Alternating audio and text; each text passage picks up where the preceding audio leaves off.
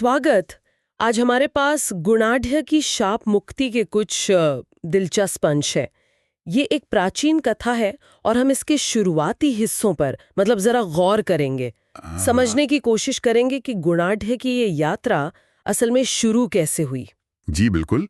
ये अंश हमें सिर्फ कहानी ही नहीं बताते, बल्कि इसमें आप देखें तो शाप, स्मृति का लौटना और भाषा का महत्व जैसे कई गहरे पहलू छिपे हैं। देखते हैं ये परतें कैसे खुलती हैं। हाँ, तो कहानी का सिरा जुड़ता है वरुरुचि के मित्र माल्यवान से। माल्यवान असल में शिवजी के एक गण थे, मतलब उनके दिव्य साथी कह सकते हैं जी। एक शाप के कारण उन्हें मनुष्य रूप में जन्म लेना पड़ा और वे गुणाढ़ कहलाए। पर उन्होंने एक तरह से कठोर प्रतिज्ञा ली कि वे संस्कृत, प्राकृत और अन्य लोक भाषाओं का प्रयोग नहीं करेंगे। हाँ, और ये प्रतिज्ञा अपने आप में महत्वपूर्ण है। ये सिर्फ शाप का पालन नहीं, शायद भाषा और पहचान के जो जटिल रिश्ते होते हैं उसकी ओर भी इशारा करती है। खैर, विंध्यवासिनी देवी की आज्ञा से गुणाढ़ विंध्यारण्य पहुंचते हैं और वहां उनकी मुलाकात होती है काणभूति नाम के एक पिशाच से। पिशाच यानी एक प्रकार का अतृप्त प्रेतात्मा या यक्ष। हाँ, कह सकते हैं। और यही एक नाटकीय मोड़ आता है। जैसे ही गुणाढ़ काणभूति को देखते हैं, उन्हें अपने पूर्व जन्म की स्मृति हो आती है एकदम से कि वे शिवजी के गण माल्यवान थे। मानो कोई भूली हुई पहचान अचानक जाग उठी हो। बिल्कुल, ये स्मृति का लौटना कहानी का एक बहुत अहम बिंदु है। अब गुणाढ़ को अपने शाप का कारण और उससे मुक्ति का मार्ग याद आता है। वे अपनी प्रतिज्ञा के अनुसार काणभूति से पैशाची भाषा में बात करते हैं। पैशाची उस समय की एक लोक भाषा या प्राकृत का ही एक रूप मानी जाती थी। अच्छा, वे काणभूति से कहते हैं कि पुष्पदंत नाम के एक दूसरे गण से उन्होंने एक दिव्य कथा सुनी थी और अगर वो कथा सुनाई जाए तो दोनों का शाप मिट सकता है। लेकिन यहाँ एक पेच है। बिल्कुल, काणभूति उस दिव्य कथा को सुनने के लिए उत्सुक तो थे, पर उससे पहले वे स्वयं गुणाढ़ की कहानी जानना चाहते थे। अच्छा। हाँ, उनकी जिज्ञासा ही हमें गुणाढ़ के जन्म और उनके शुरुआती जीवन के वृत्तांत तक ले जाती है। यहाँ से कहानी थोड़ी अतीत में जाती है। तो गुणाढ़ बताना शुरू करते हैं। उनका जन्म प्रतिष्ठान प्रदेश के सुप्रतिष्ठित नगर में हुआ, सोम शर्मा नामक ब्राह्मण के घर। जी। उनके दो मामा थे, वत्स और गुल्म, और माँ का नाम श्रुतार्था था। जी। दुर्भाग्यवश बचपन में ही उनके माता पिता का देहांत हो गया। और उनका पालन पोषण फिर मामाओं ने किया। और यहीं एक और मानवीय पहलू सामने आता है। जब मामाओं को पता चलता है कि उनकी अविवाहित बहन श्रुतार्था गर्भवती हैं, तो घर में किसी अन्य पुरुष के न होने पर वो एक दूसरे पर संदेह करने लगते हैं। ये उस समय के सामाजिक दबाव और धारणाओं की तरफ भी हल्का सा संकेत करता है। सही कहा। तब श्रुतार्था वो राज खोलती हैं।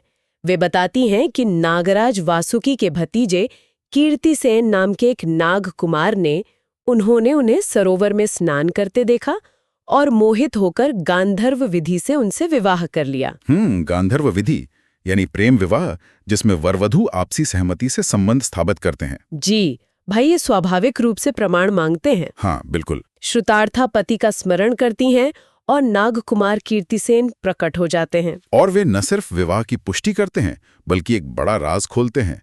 वे बताते हैं कि श्रुतार्था असल में एक शापग्रस्त अप्सरा है। अप्सरा यानी स्वर्ग की नर्तकी, जिसे किसी कारणवश पृथ्वी पर जन्म लेना पड़ा। जी हाँ, और सिर्फ श्रुतार्था ही नहीं, कीर्तिसेन ये भी बताते हैं कि उसके भाई वत्स और गुल्म भी, वो भी शाप के कारण ही पृथ्वी पर जन्मे हैं। अरे! फिर वे भविष्यवाणी करते हैं कि श्रुतार्था के गर्भ से जो पुत्र जन्म लेगा, उसके जन्म लेते ही उन सभी का शाप समाप्त हो जाएगा। क्या बात है, नियति का कैसा जाल है ये। और वो पुत्र थे स्वयं गुणाढ़। उनके जन्म के समय आकाशवाणी भी होती है। वो पुष्टि करती है कि ये बालक शिवजी के गण माल्यवान का ही अवतार है। लेकिन विडंबना देखिए, जन्म के साथ ही माँ और मामाओं को शाप से मुक्ति मिलती है और वे शरीर त्याग देते हैं। ओह! गुणाढ़ जन्म लेते ही अनाथ हो जाते हैं। ये मुक्ति और वियोग का एक साथ आना बड़ा मार्मिक है। हाँ बिल्कुल। अकेले रह जाने पर भी गुणाढ़ शोक में डूबे नहीं रहते। वे ज्ञान प्राप्ति का संकल्प लेते हैं। सही। और विद्या अर्जित करने के लिए दक्षिणापथ यानी दक्षिण भारत की यात्रा पर निकल पड़ते हैं। ये चुनाव उनके चरित्र की दृढ़ता दिखाता है ना? बिल्कुल। वहां वे जल्द ही सभी विद्याओं में पारंगत होकर एक प्रसिद्ध विद्वान बन जाते हैं और फिर अपने नगर सुप्रतिष्ठित लौटते हैं। लौटने पर वे नगर का जो नजारा देखते हैं वो भी बड़ा दिलचस्प है। हाँ है ना? हाँ, कहीं सामवेद का पाठ हो रहा है तो कहीं विद्वान वेदों के अर्थ पर शास्त्रार्थ कर रहे हैं, मतलब तर्क वितर्क और ज्ञान चर्चा। जी। वहीं दूसरी ओर जुआरी अपनी कला का बखान कर रहे हैं और व्यापारी वो व्यापार की बारीकियों पर बहस कर रहे हैं। ये विविधतापूर्ण माहौल, ये शायद उस दुनिया का प्रतीक है जिसमें गुणाढ्य को अब अपना स्थान बनाना था। सही। यह उनके जीवन के अगले चरण की भूमिका तैयार करता है।